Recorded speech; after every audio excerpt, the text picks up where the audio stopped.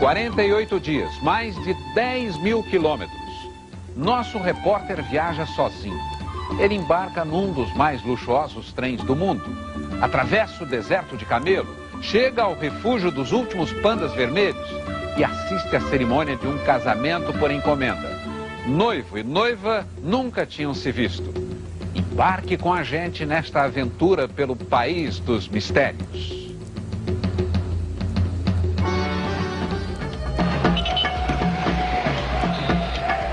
Da cidade de Agra, começa a nossa viagem que vai cruzar toda a Índia. O país é grande, praticamente metade do tamanho do Brasil. As paisagens vão variar muito. Os objetivos da viagem também.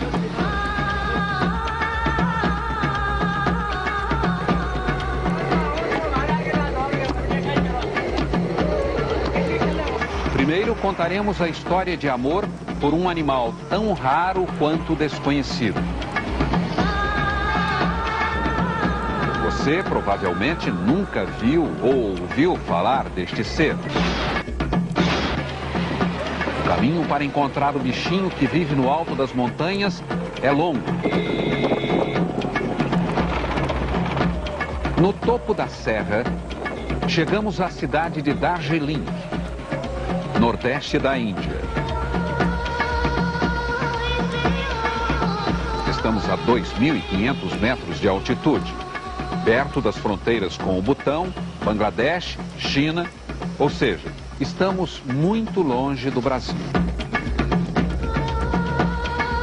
Olhar para baixo se torna um vício, ainda mais quando existe um teleférico como meio de transporte. E lá embaixo há quase sempre uma plantação de chá. Todo esse verde é chá, mas não é qualquer chá, não.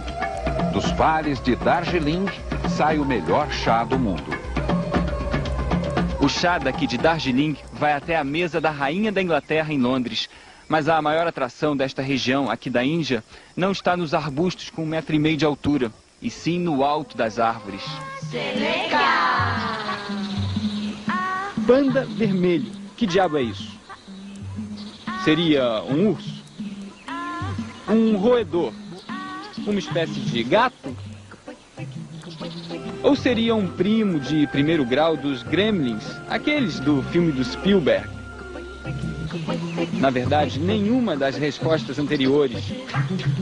O que é o panda vermelho? A que família de animais eles pertencem? Esta aí é uma discussão científica. Os próprios pesquisadores não têm resposta. Provavelmente não existe ninguém no planeta que ame mais os pandas vermelhos do que a bióloga indiana Sunita Pradhan. A tese de doutorado dela sobre os pandas vermelhos, um estudo de 200 páginas, levou 5 anos para ser concluída. Foram 7 meses só de busca, dia e noite pela floresta, até achar o primeiro panda vermelho. Ver um animal no seu habitat natural é uma experiência muito bonita. Quando vi o panda vermelho pela primeira vez, eu chorei muito.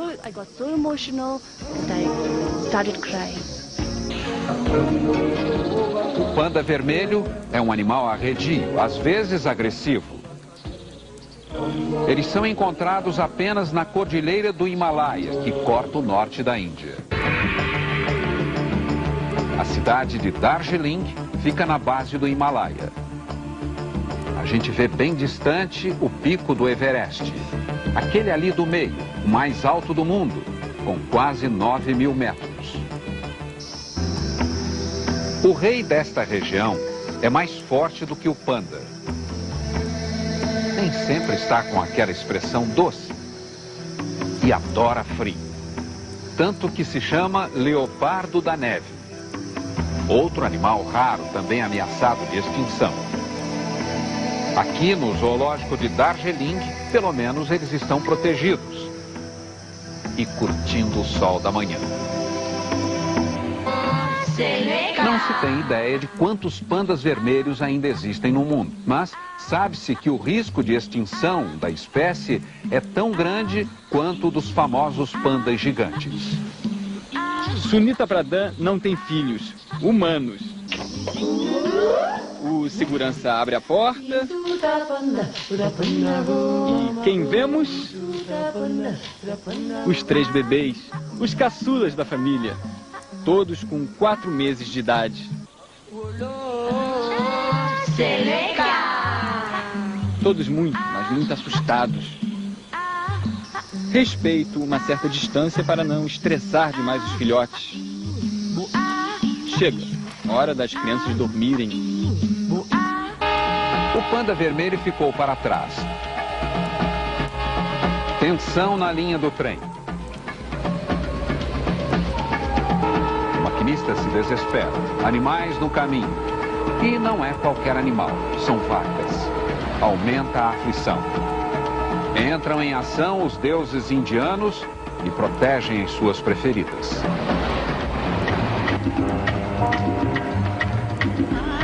A vaca é um animal sagrado em quase toda a Índia.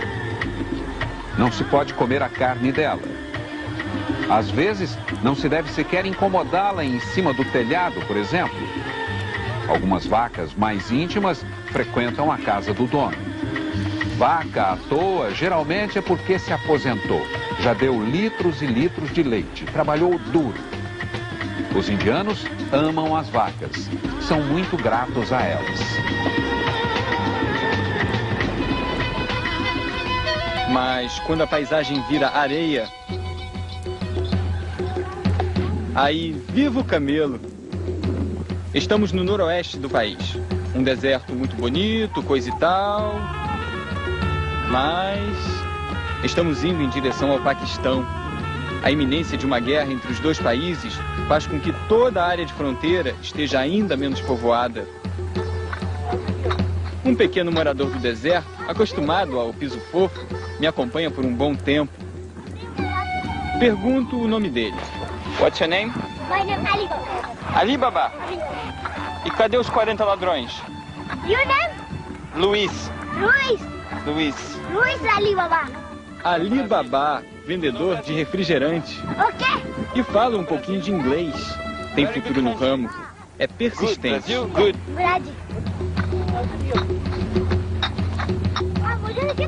Já é fim do dia e a bolsa continua cheia de garrafas. Obrigado. Tinha que comprar um refrigerante com Alibaba. O nosso trem segue viagem por pedaços muito secos da Índia. Continuamos próximos da fronteira com o Paquistão.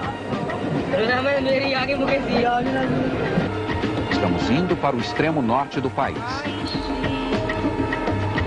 Agora, atrás de um caso de amor encomendado.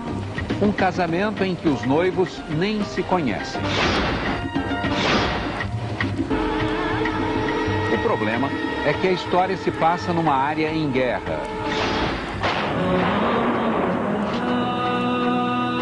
Nos aproximamos da fronteira Índia-Paquistão, na região da Caxemira. A quem pertence a Caxemira? Índia e Paquistão se agridem há 54 anos, mas não resolvem a questão. A Índia domina 2/3 do território disputado. Para os estrangeiros, a Caxemira representa riscos ainda mais sérios. Este é um estado muçulmano. Os ataques americanos ao Afeganistão despertam na Caxemira um sentimento que beira o ódio. Ódio em relação a quase tudo que tem a cara de Ocidente. Nosso repórter que o diga. Eu passei 5 dias aqui na Caxemira e praticamente não coloquei o pé na rua por ordem da polícia local. Eu, jornalista estrangeiro com uma câmera de vídeo, seria uma presa rara e fácil para os terroristas. Se eles me pegassem, certamente conquistariam a atenção do mundo inteiro.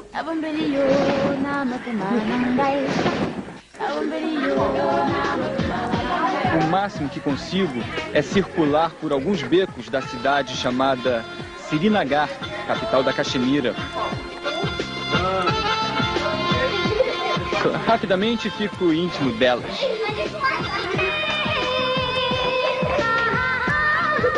Criança é criança na guerra, na paz. Um não entende a língua do outro, mas a gente brinca assim mesmo. Sabia que você é muito bonitinha? Tenho uma missão. A tal história de amor encomendado.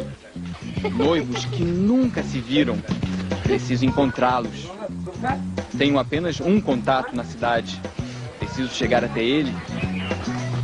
Uma porta, a casa. Em plena Caxemira, achei quem eu queria e já conhecia. A tranquilidade em pessoa. Tudo bem, Dona Rose? Tudo bem. Dona Rose, uma brasileira com 75 anos e o mais genuíno espírito aventureiro. Eu só tenho medo de ter medo. Olha, aqui hoje está num confronto danado e eu estou calma. Não é à toa que Dona Rose saiu sozinha do Rio de Janeiro e veio até a Caxemira. Longe é um lugar que não existe. Dona Rose está hospedada na casa de uma família indiana. Amigos dela, recebeu um convite de casamento e também veio atrás da história de amor sob encomenda. Faltam 48 horas para o grande momento. A noiva prometida está em casa, onde vai acontecer a cerimônia. Sempre muito cercada de parentes, amigos e de Dona Rose. A festa já começou.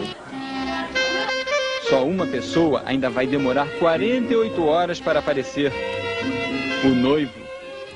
E ela nunca viu a cara dele. Este é um típico casamento muçulmano, encomendado, misterioso. As amigas mais íntimas da moça prometida fazem a ornamentação da pele. Noiva muçulmana na Caxemira não pode conhecer o maridão sem muita tatuagem de rena pelo corpo.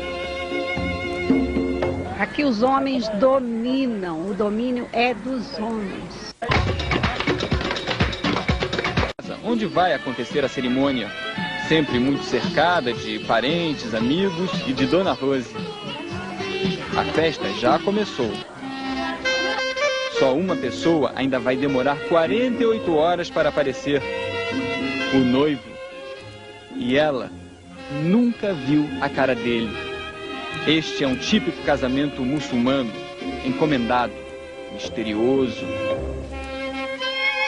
As amigas mais íntimas da moça prometida fazem a ornamentação da pele. Noiva muçulmana na Caxemira não pode conhecer o maridão sem muita tatuagem de rena pelo corpo. Aqui os homens dominam, o domínio é dos homens.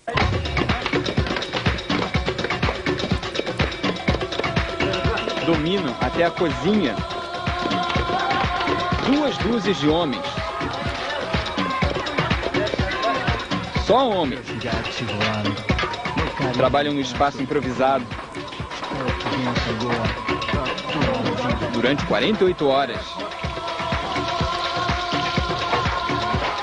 Sem parar. 300 homens. Só homem. Se dividem em grupos de 4 na hora do almoço. A Caxemira é assim. Primeiro, os cavalheiros. Carneiro, carneiro, carneiro, carneiro, carneiro, carneiro, carneiro. Tudo leva carneiro. Os modos podem parecer falta de educação, mas para os indianos é natural. No país inteiro, os dedos substituem o garfo e a faca. Saem os estômagos masculinos e o enorme pátio é ocupado por pés mais delicados. No mesmo esquema. Dona Rose não se animou. Não se animou aqui. Dona Rose deve ter sido a primeira convidada na história recente da Caxemira que se arriscou a dançar num casamento. É que na cultura deles, só dançam os convidados do sexo masculino. 2 dias e 2 noites de festa. Os convidados se divertem enquanto resistem fisicamente. A noiva parece feliz com o novo patrimônio. dinheiro vivo e ouro são os presentes que todo mundo dá. É tanto anel que superlota os dedos. Só falta uma coisa, uma pessoa para fechar o balanço. A ansiedade é tanta que a festa inteira vem para o meio da rua enfeitada. Um carro ornamentado. Só pode ser ela. Ou quer dizer, ele. Aqui é o noivo quem faz o maior charme para aparecer. Estaria ele já em clima pré-carnavalesco? A família da noiva dá flores, carinho. Recepção de herói. O caminho dele até ela é longo. Faltam alguns segundos para o grande encontro, prometido pelas famílias quando os dois nasceram há 27 anos. Atrás da tia beijoqueira está a noiva, com o rosto coberto. Afrosa, o nome dela. Zahur, o noivo, ainda não pode vê-la. Muito constrangido, o noivo vai arriscar uma olhadinha na futura mãe dos filhos dele.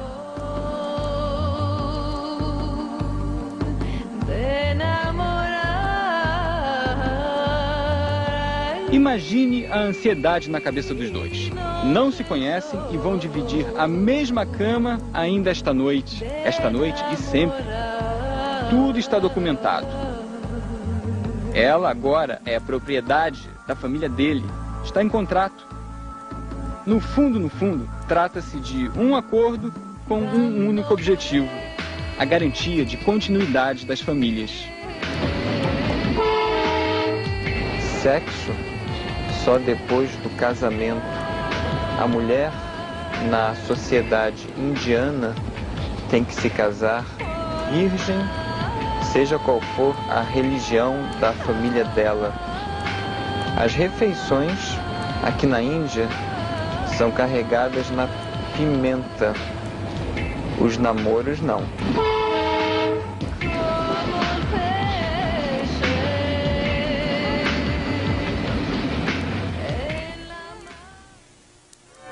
Jeitinho indiano.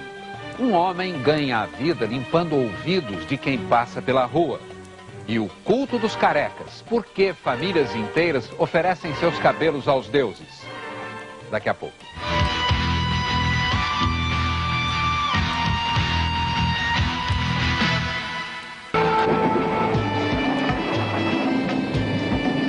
Um bilhão de pessoas. Mais de 5 vezes a população do Brasil. A Índia é o segundo país mais populoso do mundo. Só fica atrás da China. E um dos mais pobres também. Já dá para imaginar a dimensão do problema social indiano.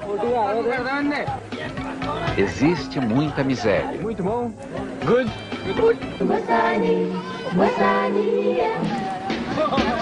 O que resolve o problema da falta de dinheiro é o improviso. O velho jeitinho. E o jeitinho indiano talvez seja tão criativo quanto o do brasileiro. O simpático gordinho estava desempregado. Até o dia em que se ofereceu para atrair clientela na porta de um restaurante. Virou ex-desempregado. Engraxate, por exemplo, teria pouco mercado na Índia. Os sapatos fechados não são lá muito populares. Por outro lado, quase todo mundo caminha com um par de orelhas, naturalmente. Surge então uma categoria profissional requisitada por aqui: o engraxate de ouvido.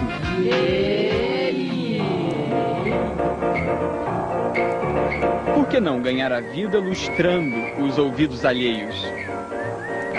É trabalho sério, talvez assustador, e que exige técnica.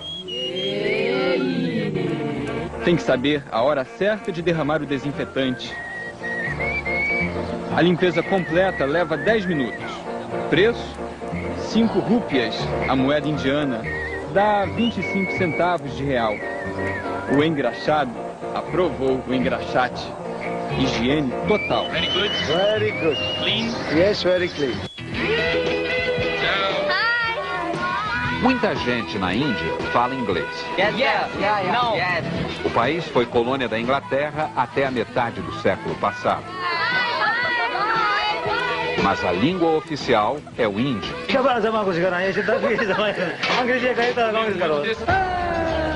O estado da Bahia, no Brasil, e a Índia são bem parecidos no quesito misticismo.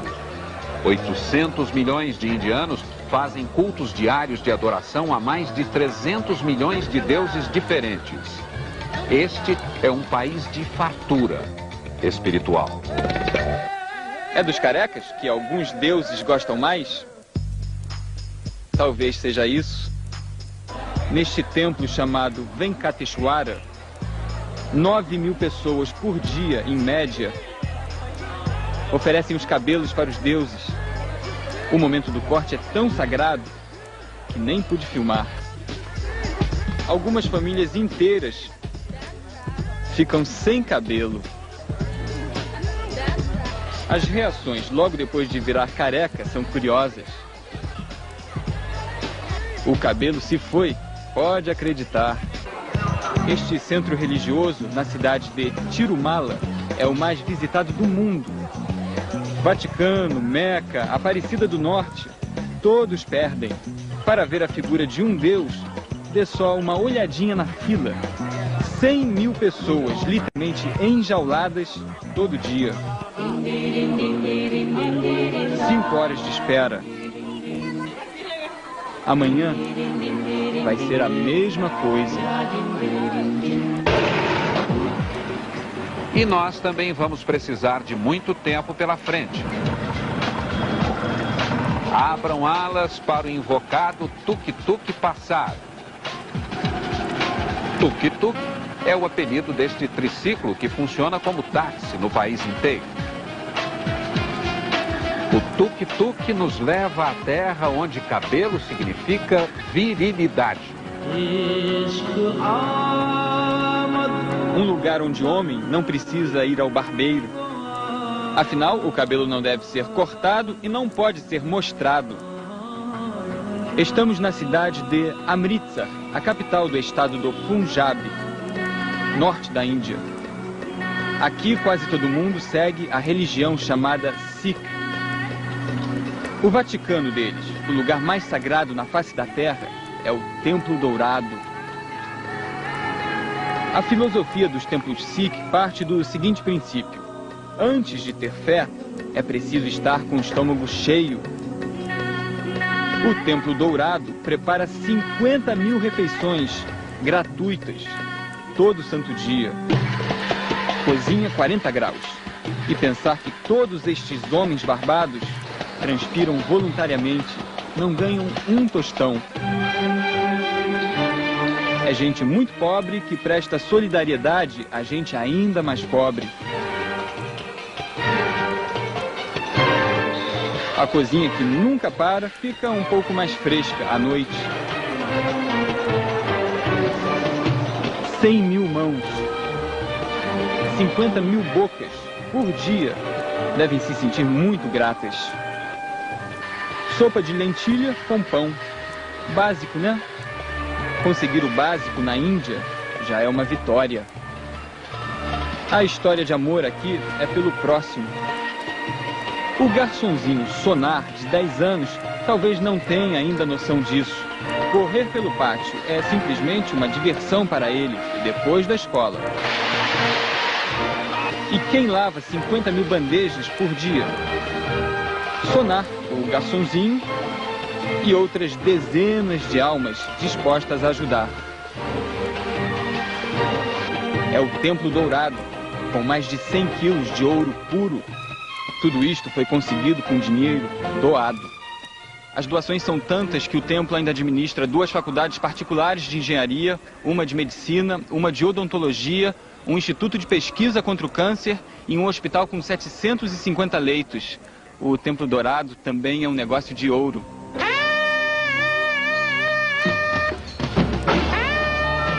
Toda noite, o livro sagrado da religião Sikh é carregado em procissão pelos fiéis. Trata-se do livro original, que certamente vale uma fortuna. Este ritual, no entanto, jamais precisou da presença da polícia. Andei de trem ordinário, fui a alguns dos bairros mais miseráveis do planeta, sempre com uma câmera de vídeo no ombro, e jamais percebi qualquer ameaça de roubo.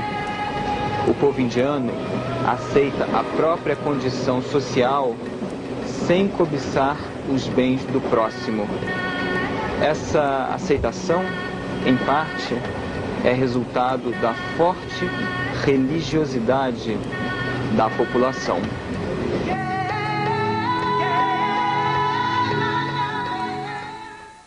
O trem mais luxuoso do mundo e os inacreditáveis templos eróticos. Daqui a pouco. Conspiração e Tequila com Mel Gibson, hoje em Intercine. Ele também é outro símbolo do país.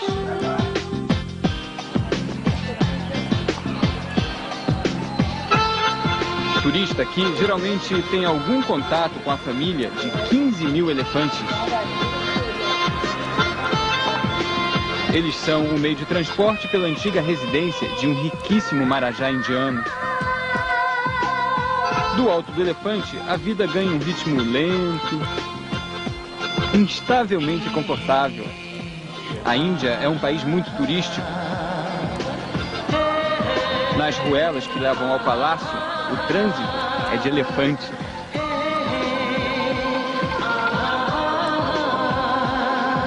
Este é o estado do Rajastão. Os elefantes daqui parecem tão bem treinados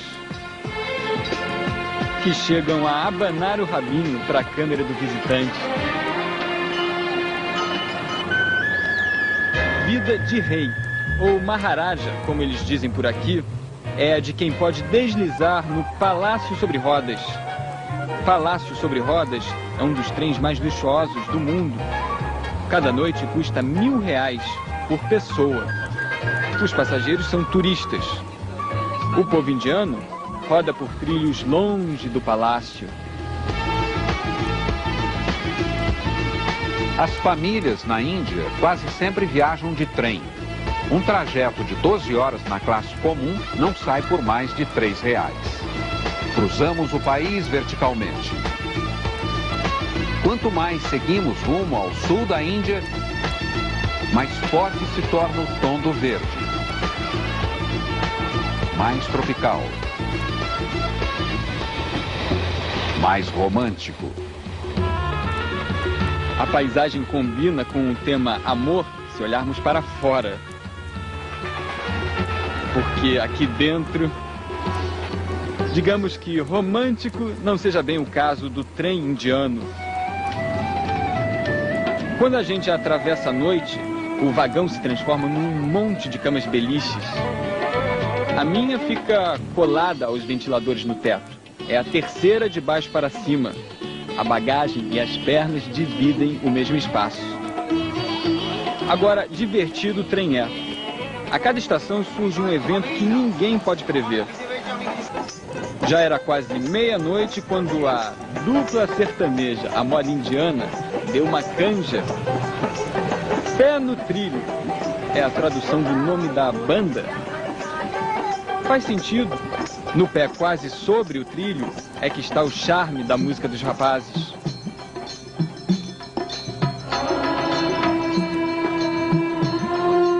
A viagem ainda é vertical. Agora, por outro tipo de arte. Na parede dos templos, a mais ardente de todas as pimentas da Índia. É a cidade dos templos eróticos. Prazeres exibidos abertamente há 1000 anos. É a idade dos templos. Homem, animal sexual. Homem, animal que deve aprender a transportar toda a energia sexual para outras atividades. Assim se pensava há 1000 anos. Mulher e sexo eram uma obsessão na cidade chamada Khajuraho.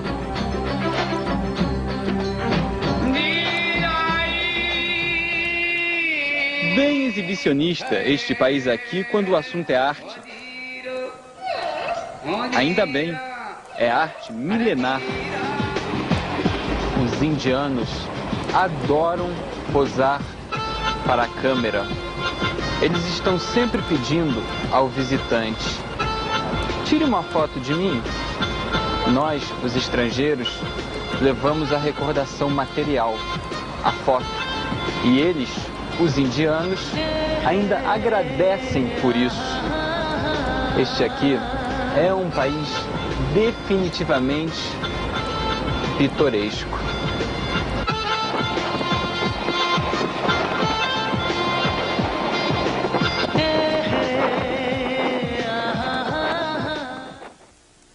Um lama brasileiro.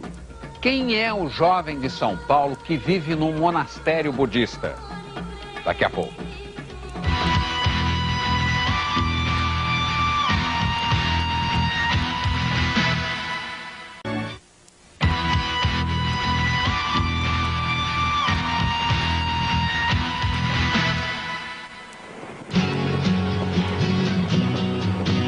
A nossa viagem pela Índia continua no carro com flores. Começa a aparecer a cor vermelha. No banco de trás, o guia também veste vermelho. No enorme salão, no refeitório, o artista, o costureiro, o estudante, qualquer um, seja quem for, veste vermelho. Na cidade do vermelho, no sul da Índia. São Paulo. São Paulo mesmo, aqui no Brasil. Pouco se vê a cor vermelha nas ruas. No bairro de Perdizes, zona oeste da cidade, aparece uma roupa vermelha muito parecida com aquelas na Índia. O menino de 9 anos usa a cor do amor. Aqui no sul da Índia, na cidade do vermelho, outro rapaz se veste assim desde o início da adolescência. Michel César Kalmanovitz, paulista, 20 anos. Persistente. Iluminado. Personagem de uma história daquelas que podem ser chamadas de inacreditável. O garoto Michel, quando tinha apenas 12 anos, trocou a vida na grande São Paulo pela rotina super rigorosa numa vila com 4.000 monges que seguem o budismo tibetano. A decisão não foi dos pais dele, foi do próprio Michel, monge por opção pessoal.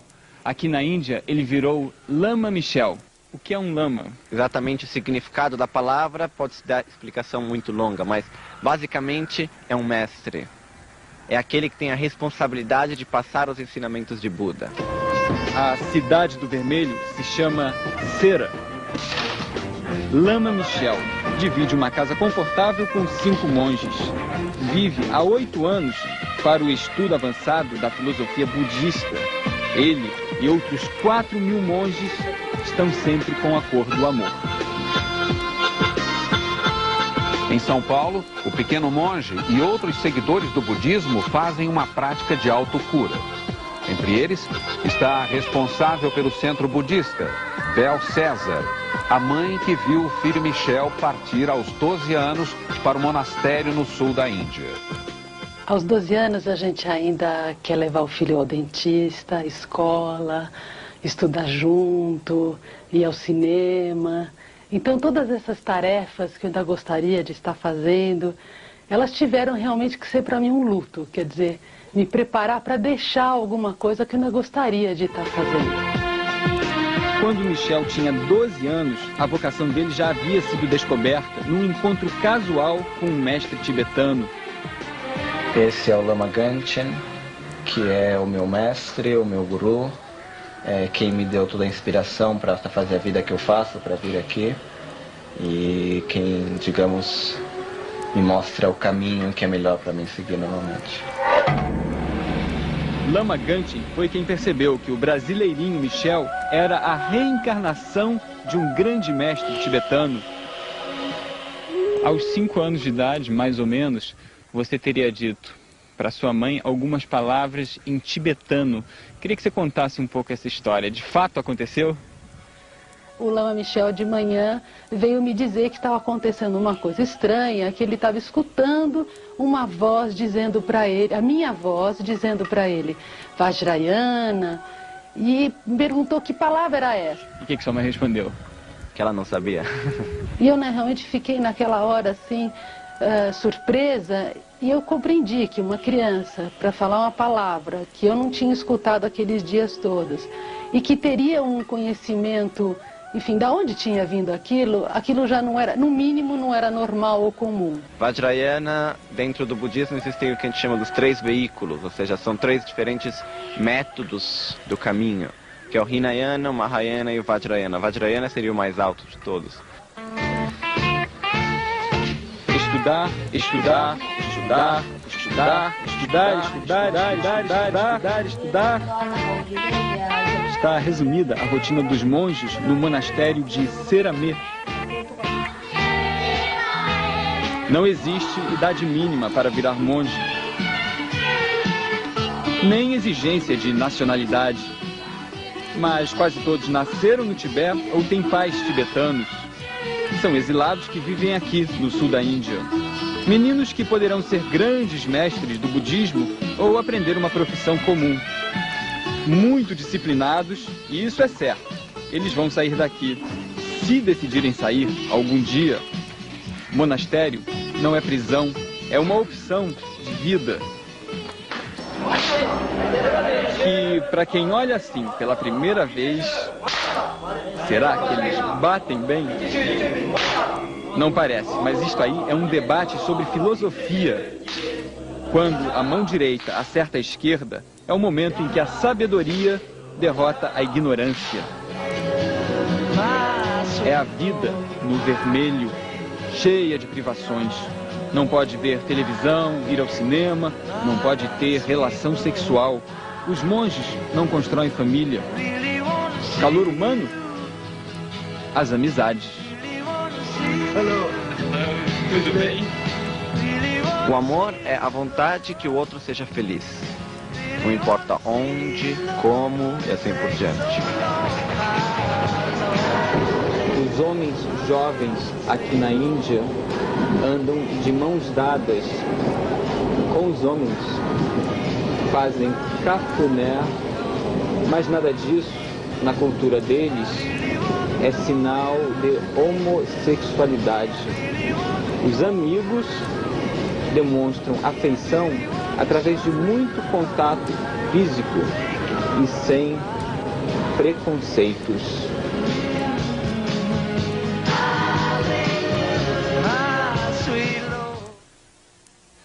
Onde fica a Hollywood do Oriente? Cinema a R$1 e um povo apaixonado por musicais. Daqui a pouco. Daqui a pouco, o Quinto dos Infernos. Na linha de...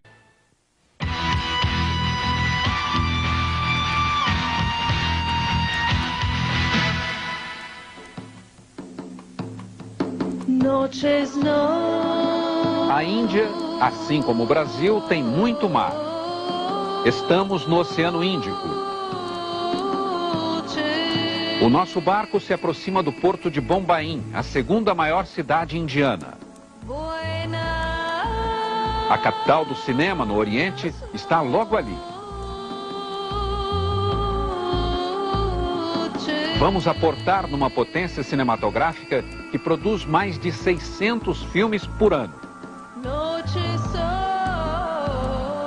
Esta é a terra de Bollywood.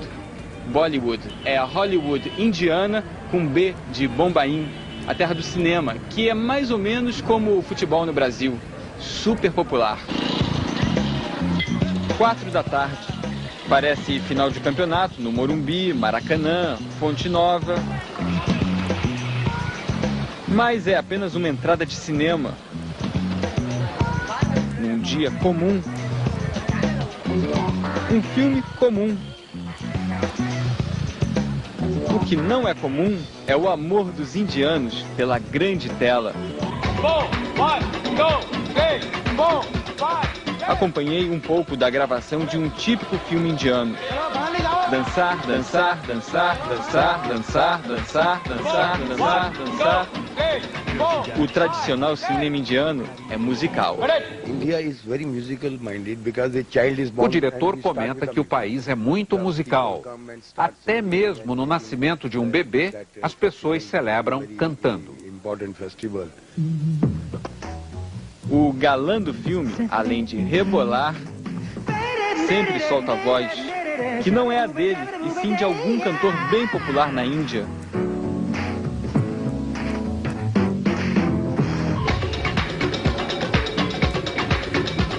A trilha sonora é mais importante do que o enredo. A coreógrafa, muitas vezes, é mais importante do que o diretor. É tanta música que os filmes costumam durar mais de 3 horas. E tudo isso custa baratinho, R$1, o preço médio do ingresso. Globo Repórter.